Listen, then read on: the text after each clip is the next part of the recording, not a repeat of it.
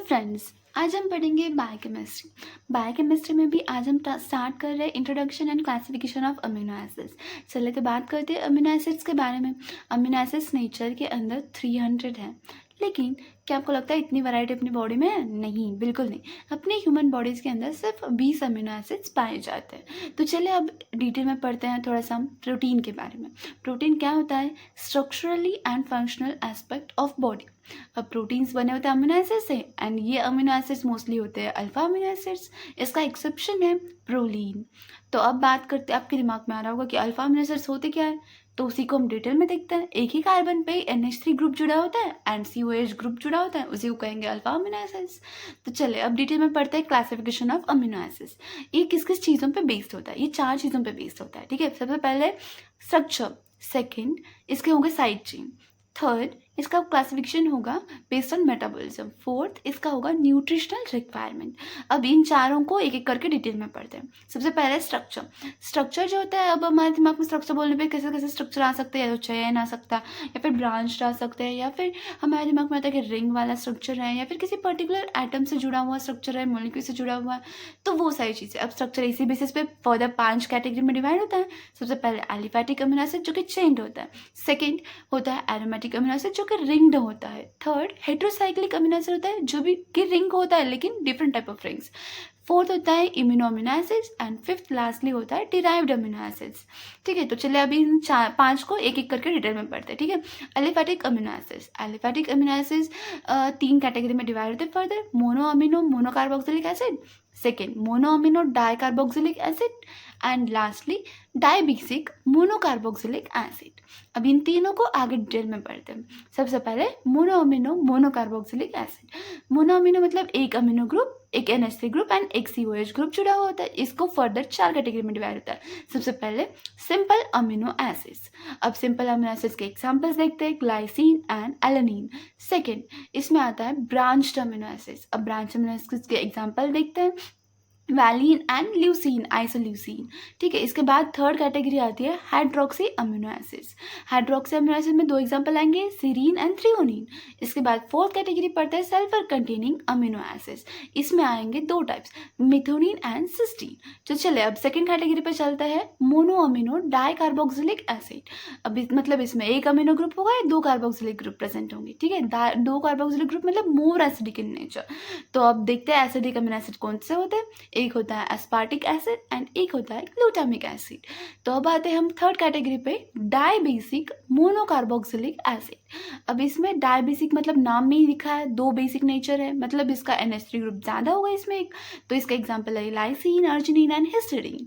अब इसके बाद हम बात करते हैं सेकेंड कैटेगरी की, एरोमेटिक अमीनो एसिड। एरोमेटिक मतलब इसका नाम में है रिंग, मतलब रिंग प्रेजेंट होगी। इसके एग्जाम्पल्स है फिनाइललाइन एंड टायरोसिन।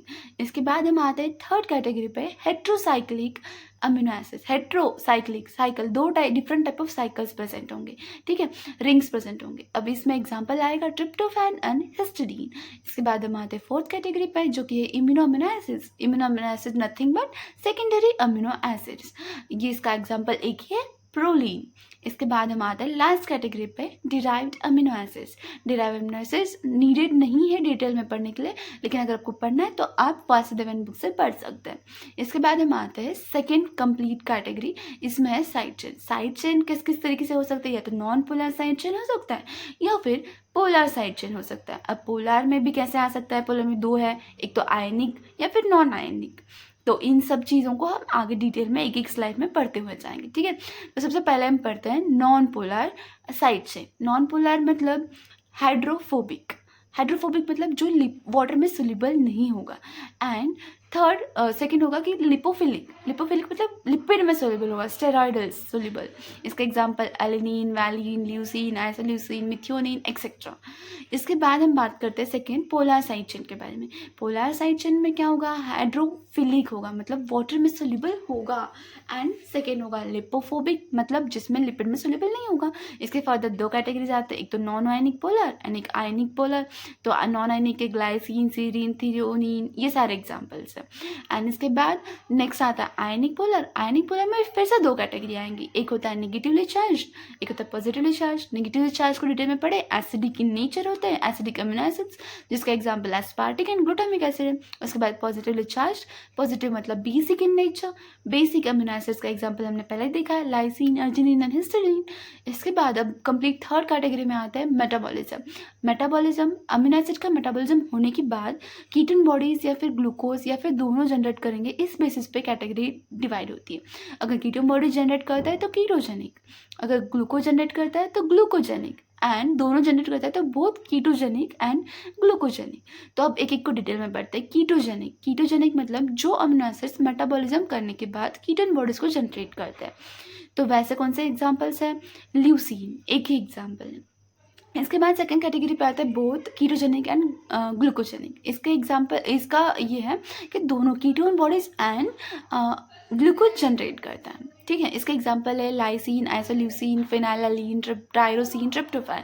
अब इसके बाद थर्ड कैटेगरी पे आते हैं ग्लूकोजेनिक। ग्लूकोजेनिक मतलब जिसमें अमीनो एसिड्स ग्लूकोज जनरेट करते हैं आफ्टर मेटाबॉलिज्म। इसके एग्जाम्पल्स रिमेनिंग 14 अमीनो एसिड्स होंगे।